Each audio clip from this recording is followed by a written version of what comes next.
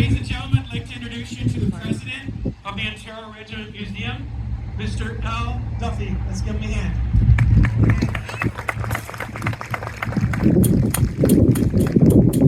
Well, hello everybody, and thank you so much for coming to our Take Saturday. Are you ready to see some really cool stuff? Did you hear me down there? Yeah. I got a flag in my face. Well, on behalf of the 200 volunteers that keep this museum going, I'd like to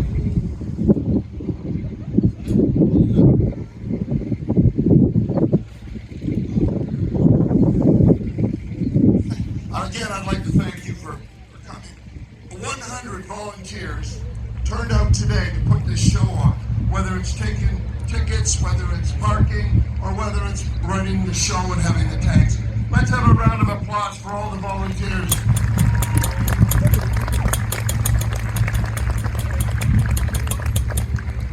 Now, record for 2 Take Saturdays. Thank you so much. That's incredible. To have such a crowd. I guess next to I know a lot of attention has been on this particular show because of the big anniversary of D-Day. We are going to talk about, and you are going to see some of the vehicles.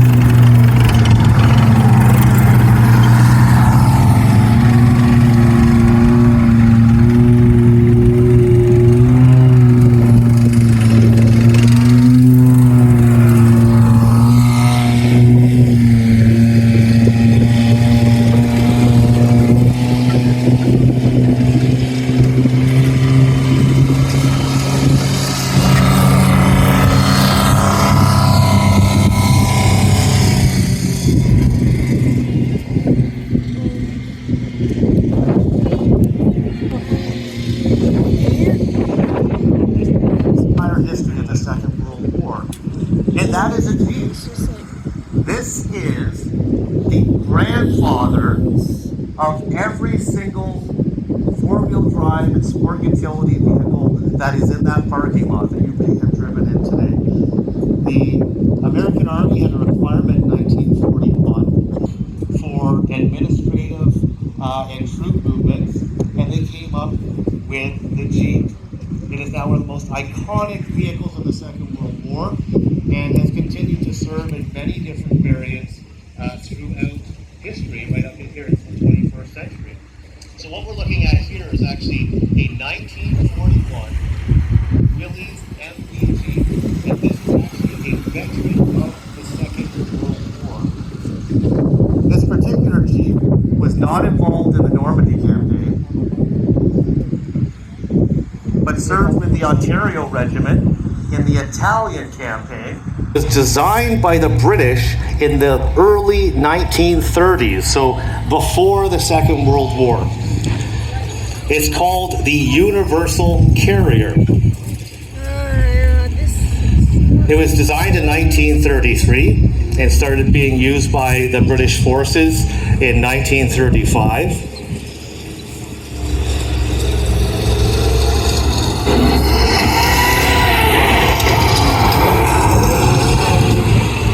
It's popularly known as the Bren gun carrier. When it comes around the Second World War, and were key for Canadian Armed Forces in the Battle of Normandy. These vehicles actually landed in Normandy with troops in them right onto the beach. They're super maneuverable.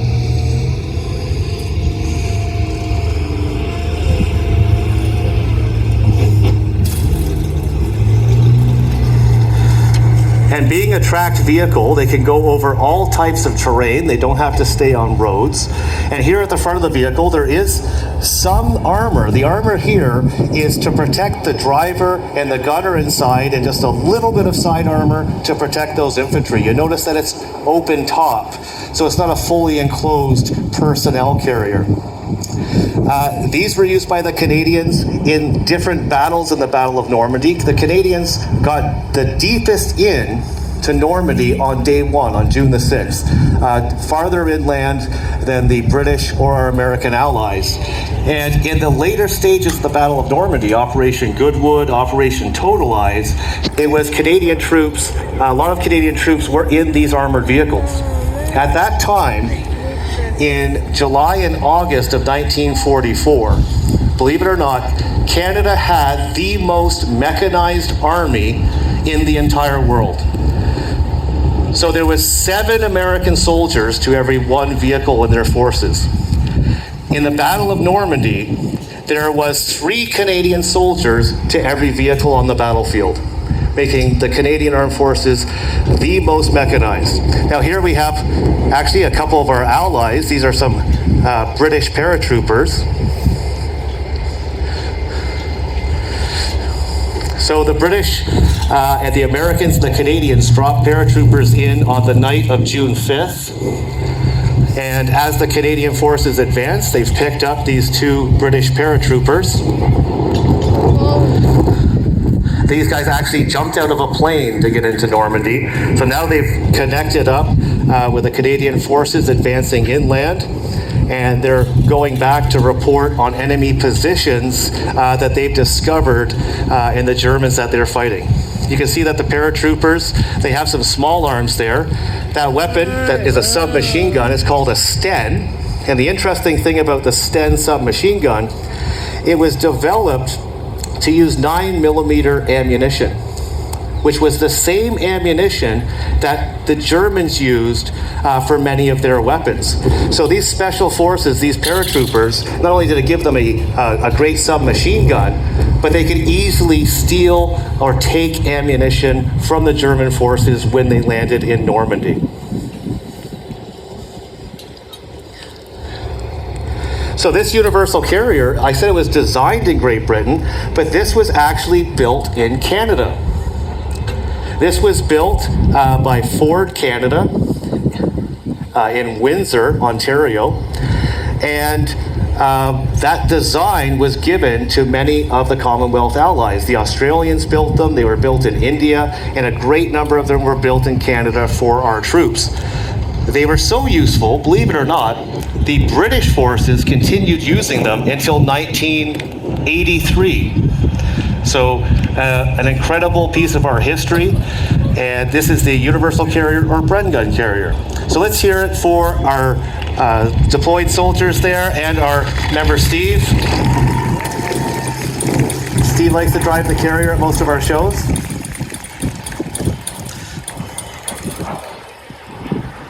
So the universal carrier, the Jeep, built in the United States. The United States supplied Canada and the Allies with a lot of machines, but Canada had its own industrial complex, especially a great automotive industry.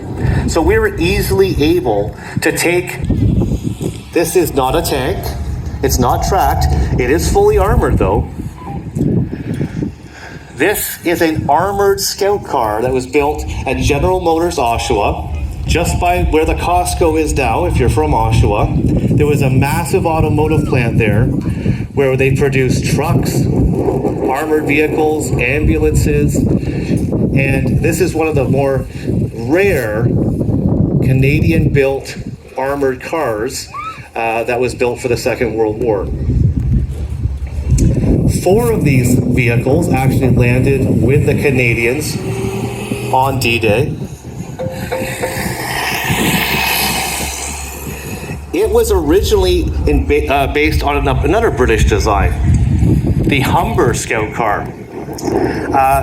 So Canada and General Motors started making these vehicles here in Oshawa and made over 1,400 of them. About 70% of them were used by our allies, the British forces and other Commonwealth forces in the European theater. So Canada was not only arming its own forces, Canada was arming our allies with these special weapons. So what is a scout car? The scout car, they have a very different job. It's called reconnaissance or recce.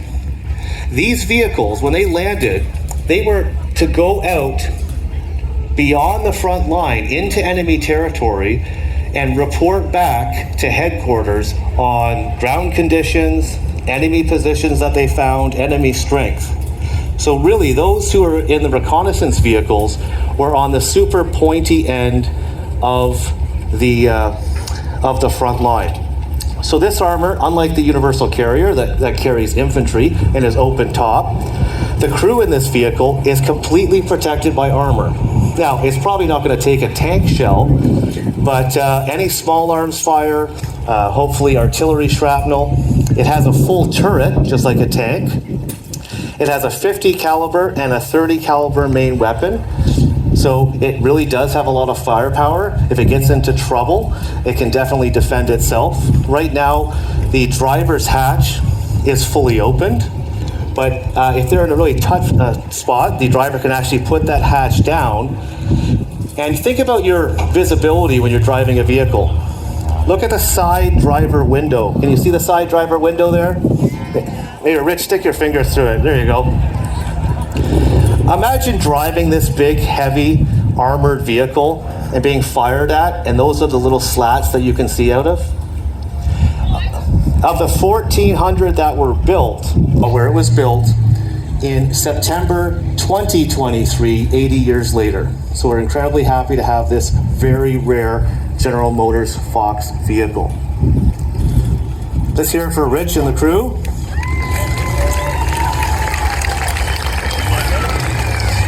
Tanks are always cool to see, but honestly, seeing a General Motors Fox and seeing one in running condition is exceptionally rare. And it's the only one in Canada that you can still see running to this day. So we're going to have a look at those light vehicles, all three of them again.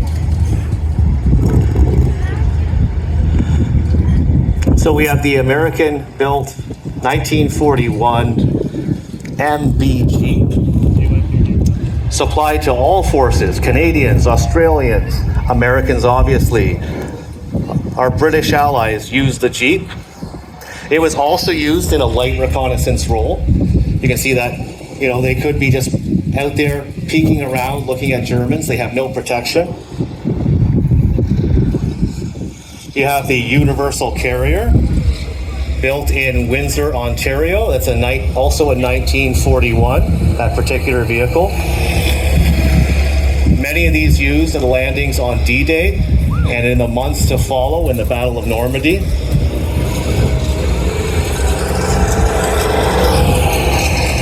And the exceptionally rare General Motors Fox Mark II armored scout car. By the way, we're talking about Ford production, we're talking about General Motors production. In the Second World War, if you think about the beaches, you have these massive, it gets tracked, it has a turret, it has a main gun. And this was designed and built in 1941. But we had to have a car.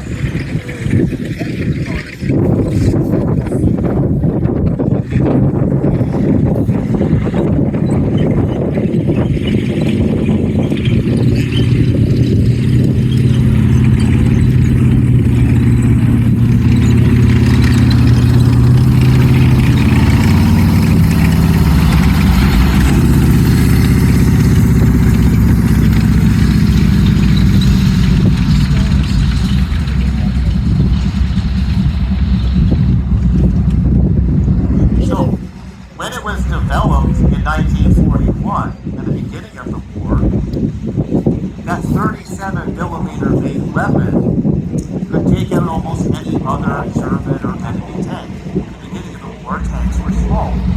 By June 1944, it was mostly used, as I said, in reconnaissance and in fighting other light vehicles. Now, if we have a look at a turret of a real tank, there's a couple of different different weapon systems. You have your main weapon. Steward crew, are you ready to fire?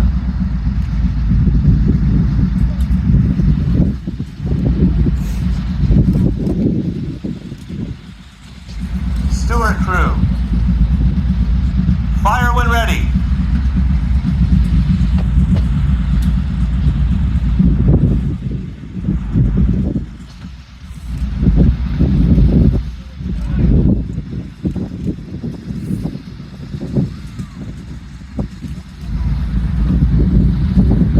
There's loads of shell. Oh!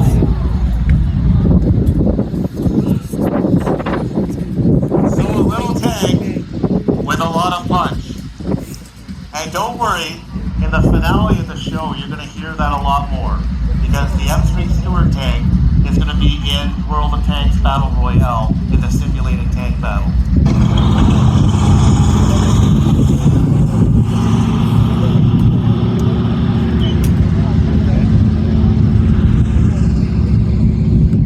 So I said in the Second World War there was light tanks, there was medium tanks, and there was heavy tanks. The most common Allied tank was the M4 Sherman. It's so iconic that I think if you close your eyes and just thought the word tank, it's probably a Sherman that pops into your mind, even 80 years later.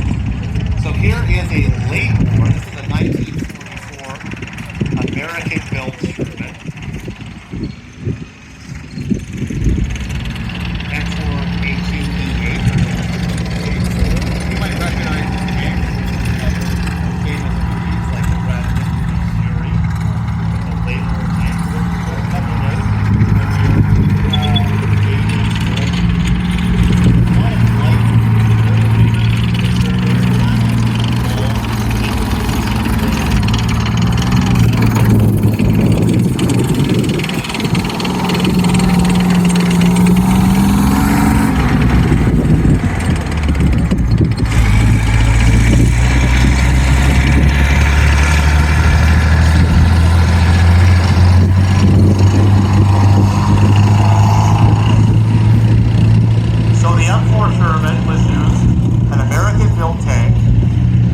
But was used by all of the Allies. It was used by the British, the Canadians, in all theaters of the war.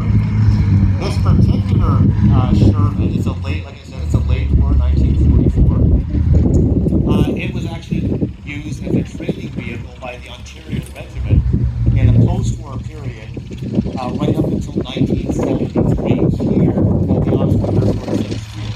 This is actually a military training area for the Ontario Regiment.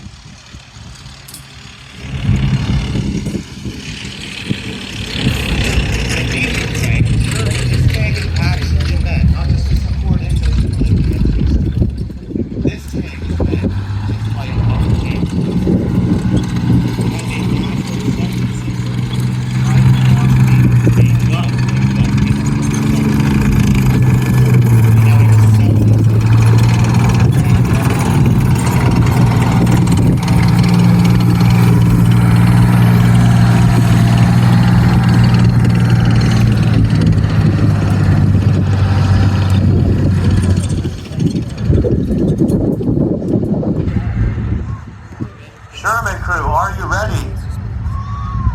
Get ready for this. Sherman's crew, fire!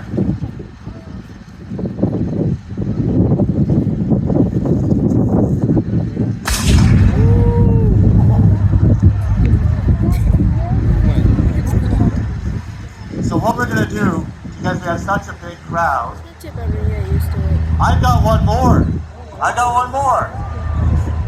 We're going to back the Sherman up so that more of you guys can actually see this, okay? We didn't expect to have this many people here. So we're going to back the Sherman up. Chris, we're going to back up. So that everybody gets this. You guys will see it from a different angle.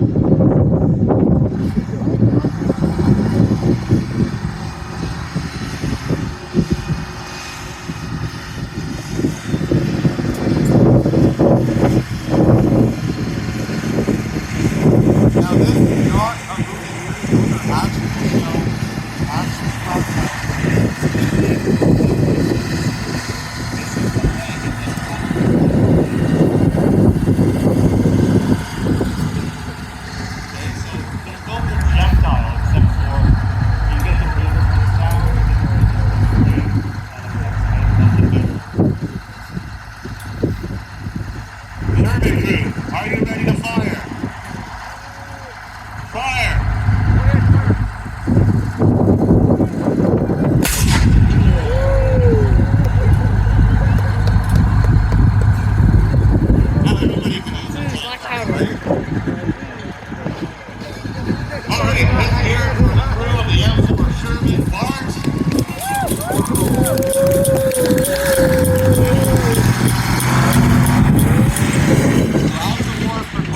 weapons of war. You heard Dwight D. Eisenhower talk about that. This is not the early battles of 1940, 1941. It is the year 1944. And the Allies, including Canada, have not been idle. We've been very busy sharing weapons with each other, developing. Yeah, this vehicle sounds very loud. Okay, once again, I'll challenge you. This isn't a tank. Now look at it very closely. If you look at the running gear, look at this metal. It's almost exactly the same as the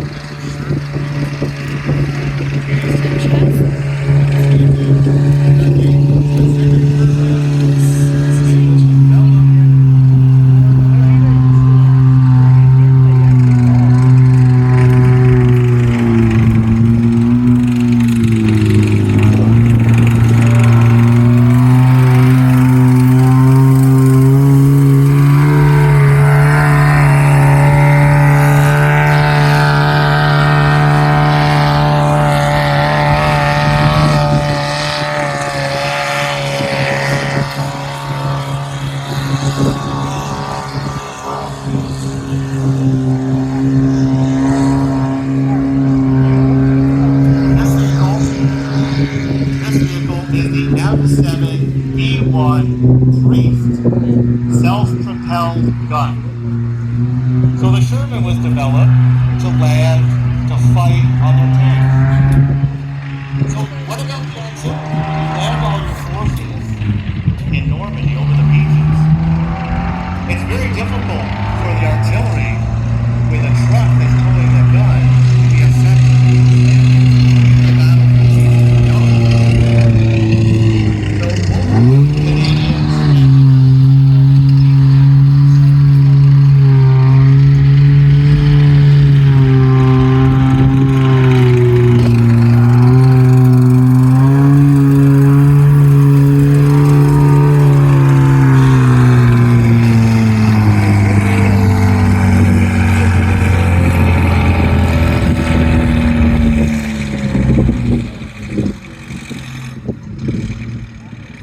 So the idea was, instead of towing the artillery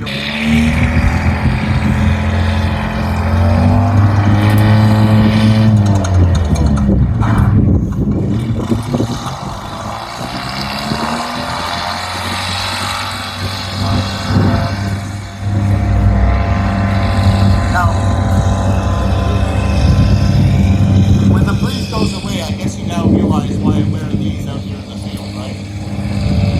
So let's have a look at these tanks and armored vehicles from the Normandy campaign. We have 1941 M3A1 Stuart light tank and the Battle of Normandy. This was the day before in June, and the heavy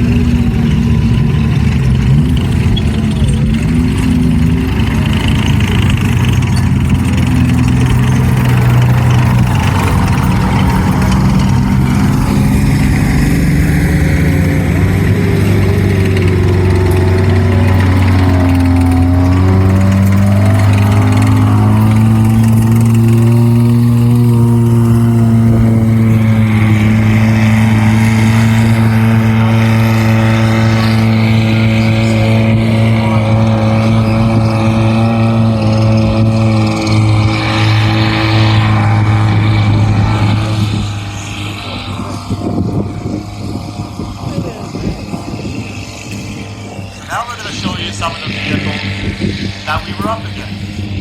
We're going to look at some enemy.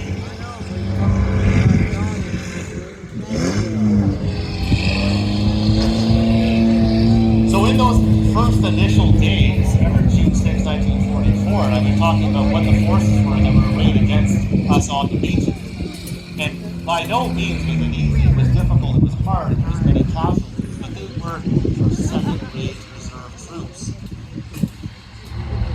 The Panzers weren't released until over 24 hours later because Adolf Hitler was asleep and nobody was allowed to wake him up. True story. Look it up. So in the following days, 80 years ago, up against the Canadians,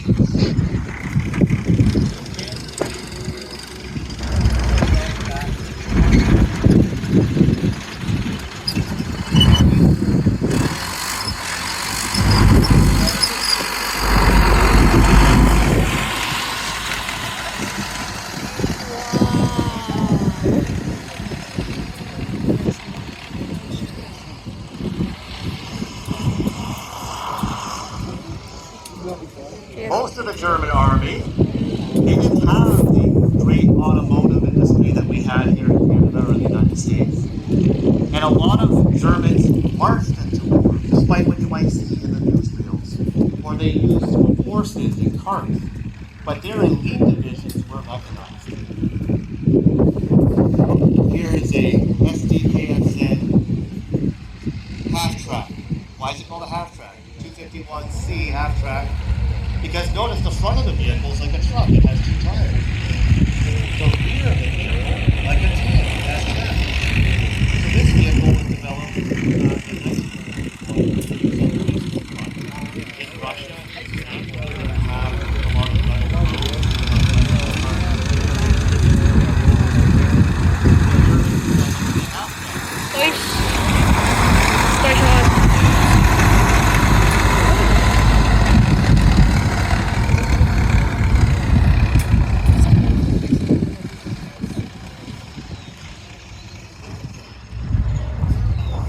So the Canadians landed. A couple days later, they were up against the 12th SS Panzer Division. They're one of the toughest, most fanatical Nazi units of the German Empire. Now here, this is a troop carrier. Think about our universal carrier or the kangaroo. This is carrying troops into battle. And here comes some German troops. You can see the front of the vehicle. It has an MG-42 machine gun, also known as Hitler's buzzsaw. This greatly feared machine gun by our Allied troops. And we have a section of German infantry. I'm glad that I'm invisible to them. So right now they're doing a reconnaissance. Their armored personnel carrier has pulled up to the front. They're looking how far have the Canadians penetrated into our zone. Trying to make connections with other German units that were defending the beach zone that were either falling back or defense by the dancing Canadians.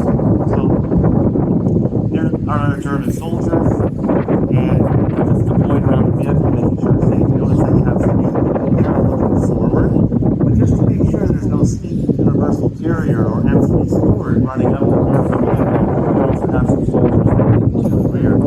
And there you have the officer with the MG-42 machine gun on top. Now these vehicles were served throughout the entirety of the Second World War. A very early version was used in 1939-1940. And they produced these right up until the end of the war in 1945. But it gave those German that mobility to get to the beaches of Normandy and fight our troops. Those are very dangerous weapons, other than the soldiers. And that is on the side of the vehicle. You see how they have a lot of kit here. They have extra ammunition, they have fuel, water, and they have this. This is a German Panzerfaust. That means tank fist. This small weapon, which they carry with them, is that if this vehicle came up against, say, that M3 Stuart, or that M4 Sherman, or the M7 Stephen, then that gives them anti-tank capability. Think about the later American bazooka. They are very cheap to produce.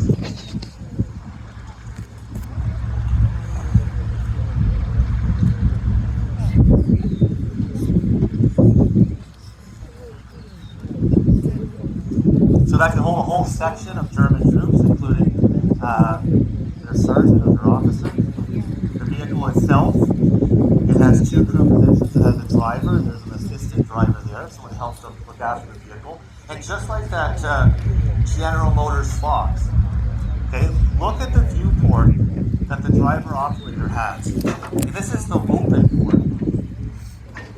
When they're being fired at, there's a slit there that you might be able to fit a couple of credit cards through. And that's when the operator is looking out ahead of the vehicle. So very little situational awareness.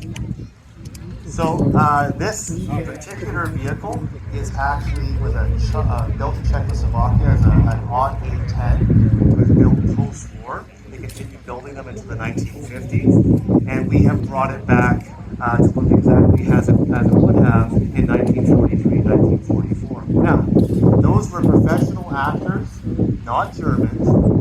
They're actually Canadians, and I think they did a fantastic job. Let's hear it for the German troops here.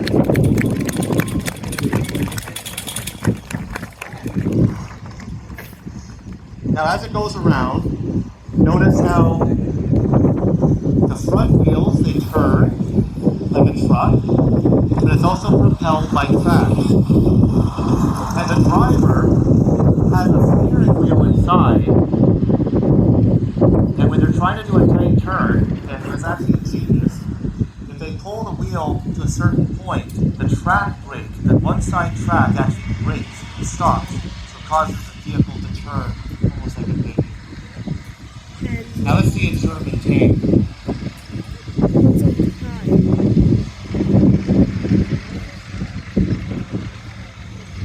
This is the most common German tank on the Second World War.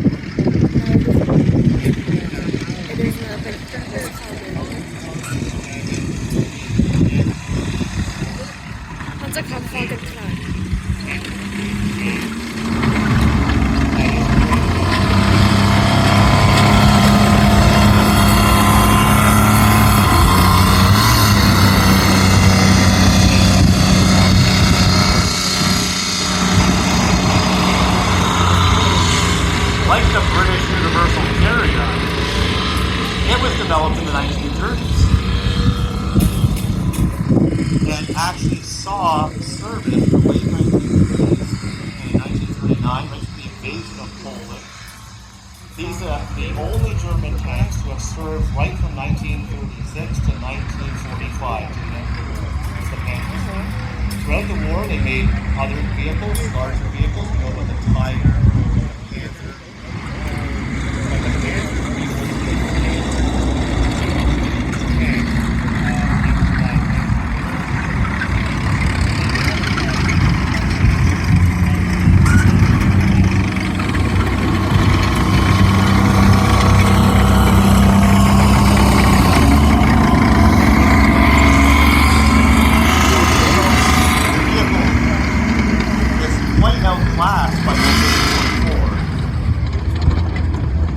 The Germans have made a lot of adjustments to the vehicle. They've added additional frontal armor. If you look where the driver would be, there's additional frontal armor. They've added those side plates of additional armor around the turret, so that if there was an issue that was to hit the turret of the tank, they would destroy that and not the advanced tree itself.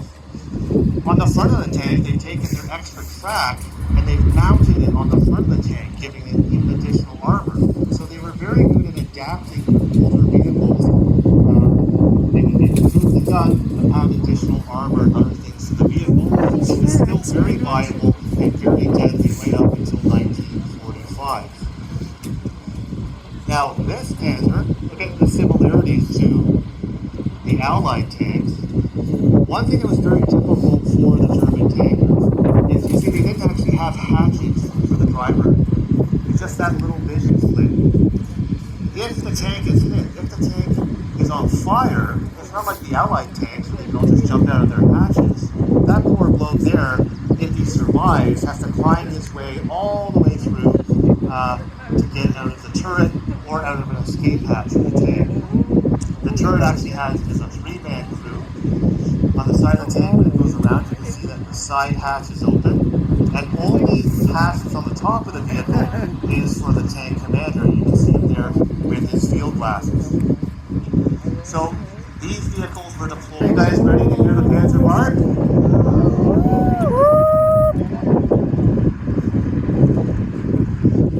Panzer commander, are you ready to fire?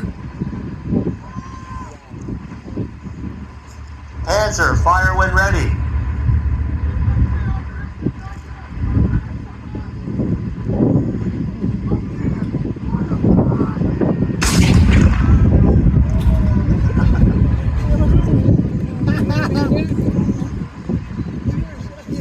Okay.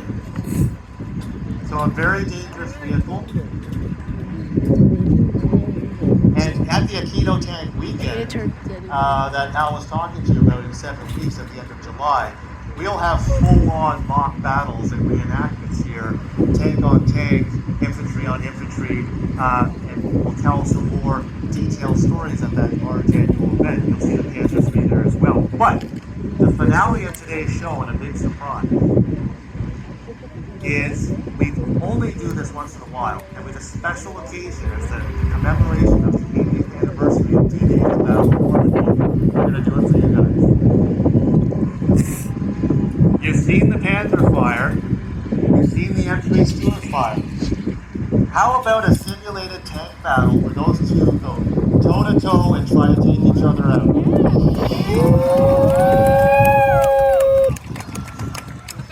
Okay, that will be the finale of the show, so have to be patient. So, I'm going to tell the Panzer to go. Marshal, roll out the tanks.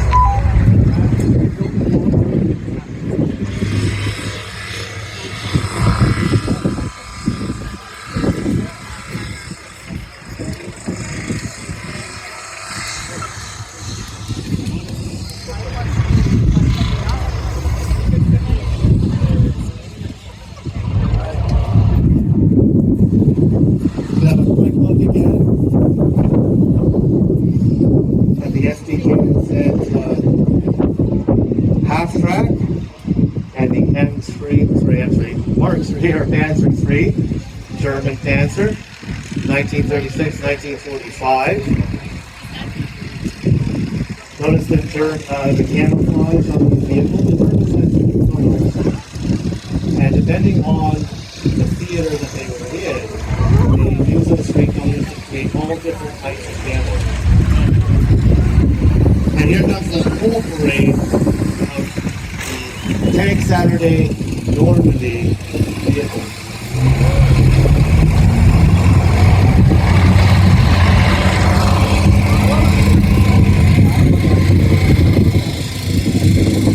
Our 1941 MBG for the American Lieutenant.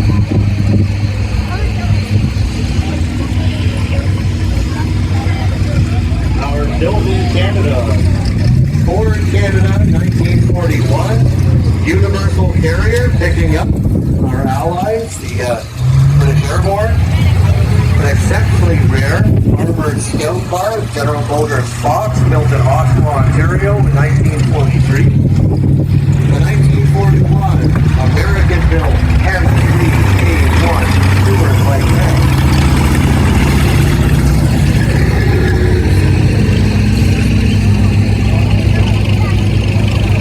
The M4A2E8 or EZ8 Sherman of 1944 to 1945.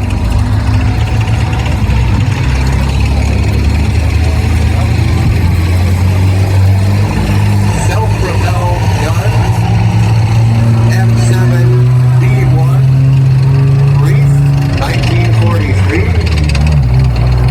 Flying the Juno Beetle sled.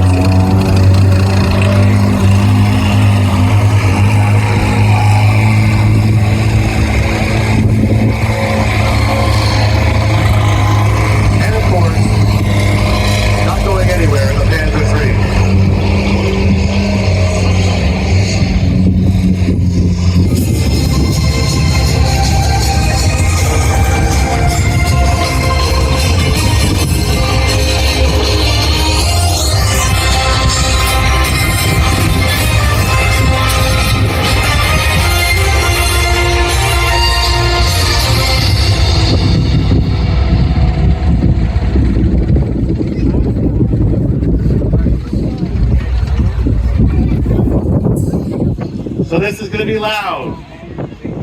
This is going to be fast. Okay? Each tank has 4 rounds of ammunition. Each tank is actually fairly evenly matched. The M3 Stuart, it can take a hit from the Panzer's gun. However, it's much faster than the kind of long in the tooth Panzer III by this period in 1944. It can get into position. Also, its turret is power of traverse. So instead of having to crank the turret around, it has an advanced American technology. It can actually, just using a joystick, they can move that turret on the target. So even though it has a slightly smaller gun at 37 millimeters, the M3 Stuart can fire more accurately than the Panzer III, and it can move faster. The Panzer III, its rival since 1941, and now as the German Panzer forces are pushing towards the beaches of Normandy and coming up against the Canadian Recce unit, these old adversaries, it has stronger frontal armor than the M3 Stuart. A slightly more powerful main weapon, but it is a manual crank traverse. And also the situational awareness of the crew inside isn't very good. You can see that when we were doing the fire demonstration, the tank commander was yelling commands down into the tank. So they have strengths, they have weaknesses. And how this works, World of Tanks Battle Royale. Who has ever played the game World of Tanks here? Show of hands. So World of Tanks is one of our sponsors. And there's gate stations in the museum. You can go there, you can try out World of Tanks. Vehicles that you've seen today, even the M7 artillery beats, you can actually try them in a real-time multiplayer battle with other players around the world. But we're taking World of Tanks and putting it in the tank arena. Okay? It's not scripted. These two crews have to use their ability, their knowledge of their tank and the weaknesses of their enemy to get the most of those 4 hits. So when they're going to bring them back here, because they're not firing actual shells at each other in blanks, it will be you, the audience, who decides who wins World of Tanks Battle Royale. Does that sound like fun? So the rules are, though, you do not vote for your favorite tank. If the Panzer III is your favorite tank, okay, that's not what you're voting for. You're voting for the tank crew. Regardless if they're German, Canadian, American, which tank crew best used their tank, got their tank into position, and got the best of those 4 shots off on the enemy. We'll bring them back here at the end of the simulated battle, and you will decide. And we have Jeff back out, Jeff Darrington. Are you on the mic? 1, 2. Yeah, I'm here. Okay, so Jeff is going to be sort of like a TSN presenter. He's going to be giving narration and a play-by-play from a safe distance. Very safe. Right? So he's explaining to you what you're seeing. He'll also point out to you, if you, just in case you missed it, if one of the tank crews does something really cool or does something really wrong that would expose their tank. So Jeff's going to narrate that, and I'll see you back here after the battle. We gotta pump these guys up, right? Who wants to see a tank battle? Let's go! Yeah. All right. Are you ready? Are you ready? Marshall, they're all yours. All right, let's go. Let's get these guys lined up. We're going to get these into position.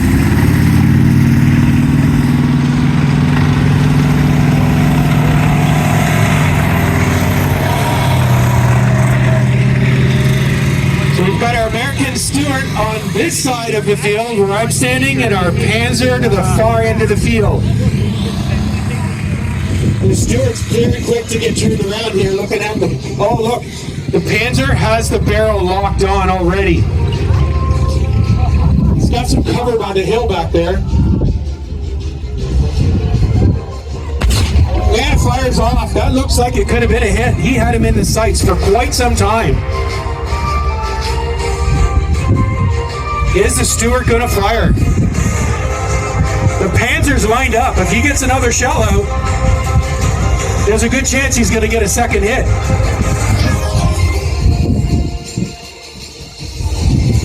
That Stewart has to make an answer.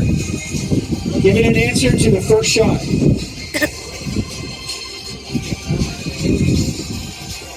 Ladies and gentlemen, you'll see the commander of the Panzer III has got the binoculars open. He's looking down the field. I think he's thinking he's got some good opportunities here.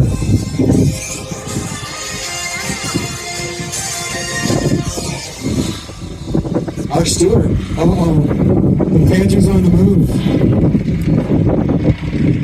The Stewart's going to have to move here, Charlie. He's going to be in trouble.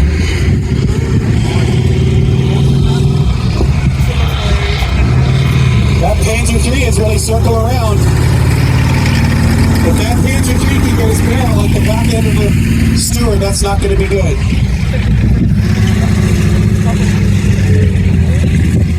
Okay, the Stewart's got some cover behind the hill now. If he gets his barrel around, it gets a shot off. But as you see back here, everyone in the crowd, you can see Panzer III, and there's another shot, and another shot from the Panzer. You'll see the Panzer had some really good cover down here in front of the hill.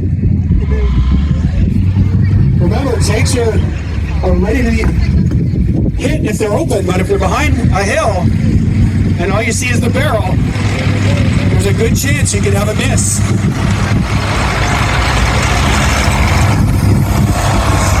Around again. This barrel's already cracked, so don't poke it out to the side. That Leo's got to get turned around before he gets into trouble.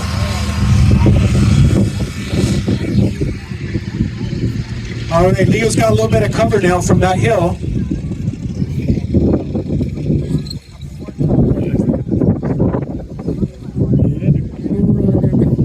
Is he going to fire? Oh, nice shot. Behind the hill and straight on the Panzer. Oh, now the Panzer's moving again. Anybody count the rounds? How many rounds has the Panzer fired so far? 2. How about the Stewart? How many more rounds has the Stewart got left? That Stewart can get turned around really quickly. He could get another shot off. But that Panzer's smart. He's already got his barrel shoved sideways to get right down range.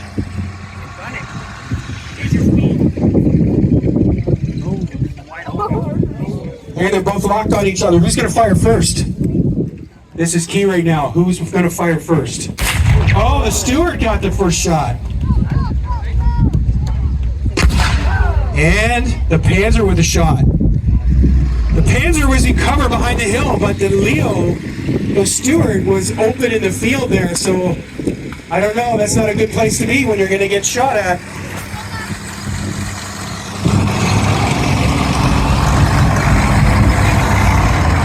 So, does everyone think we got one more shot each, or how many we got? Got one more each? Let's see who's going to make it count. The Panzer's already ready again with the barrel right in the slot. Who's going to get the next shot? The Panzer. And the Stewart's got one more. But the Panzer's hidden halfway into that hill, and the shot has gone off. That looks like all we have for rounds. I'll hand it over to her. There, Joe, you're cut. There you go. Go ahead, Jeremy.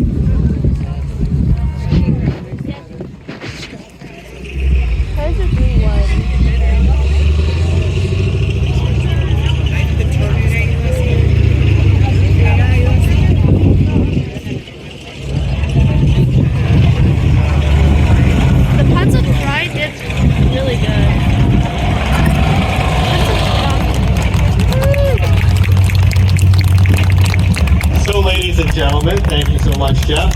How was that for a finale?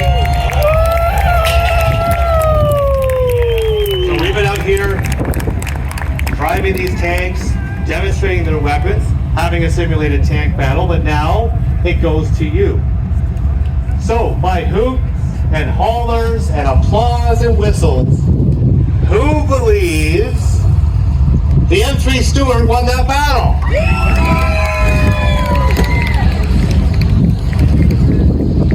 By hoots, hollers, applause, and whistles, who believes the Panzer team won the battle?